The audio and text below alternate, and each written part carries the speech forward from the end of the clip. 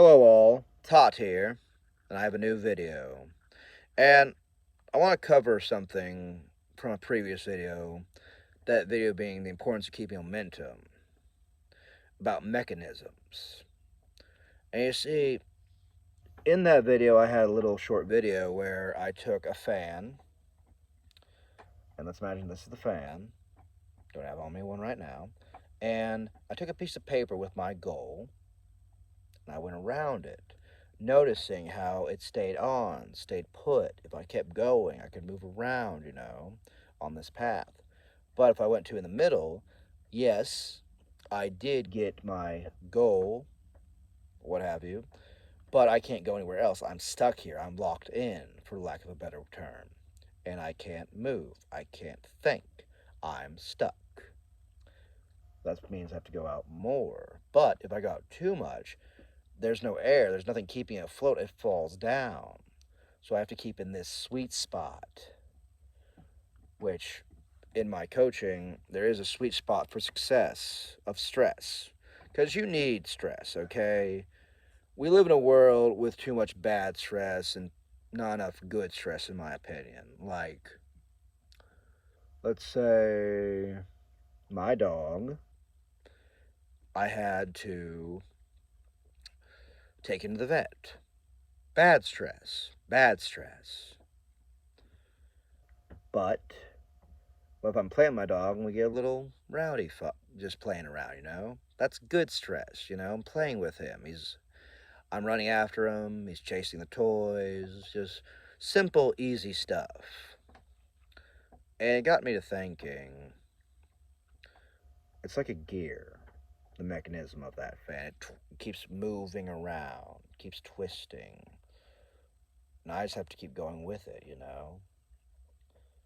It's like the Genesis gear. And I'm not meaning that in a religious way, mind you. I don't try to bring religion onto this channel. There's many others that could do it, that do that, and they do a much better job than I ever could, I promise you.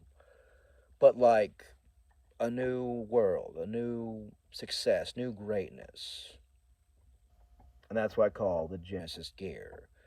I try to make the books try to be that way. They try to be two gears that are spinning together.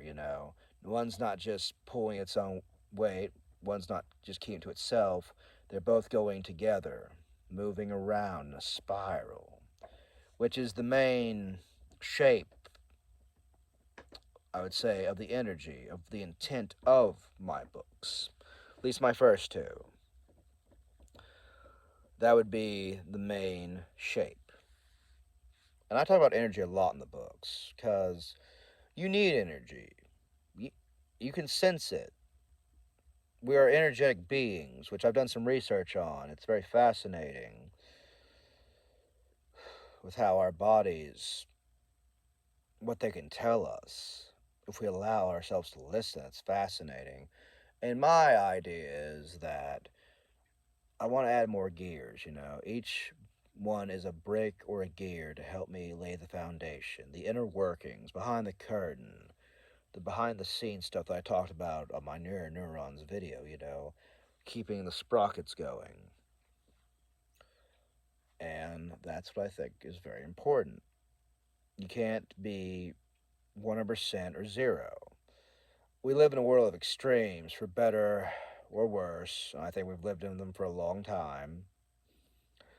I won't say when I thought it started, but it's been a while when I can pinpoint when the world changed very drastically, very quickly. It honestly gave me whiplash, at least mental whiplash, and I'm still reeling from that. The world will never ask when you're ready, mainly, but you can keep your gears going, keep moving forward, not holding yourself back and not falling prey to others, which that is the main mechanisms of my two books. Looking inwards is a seeking. You're looking, you're thinking about what you want, what you desire, because it's very fascinating. We humans have so many words, so many descriptors, so many labels to think what we want, but knowing what you want takes a lot of time and error. A lot of trial and error, I mean. Lots of time, lots of messing up success is what you really want, what you truly desire. It's just fascinating to me that we can articulate it, but we can't actuate it, make it actual, make it real. Then on the other side, don't become prey is about adapting, which again I use Charles Darwin about the strongest specimen doesn't matter, the smartest one doesn't matter. It's the one that adapts. It seems that old Darwin was trying to tell us that it's more important to be a survivor than a winner or a schemer, honestly. Because if you can keep getting back up to fight the good fight, then you're a winner. You either win or you learn, which is something life has taught me a lot of lessons.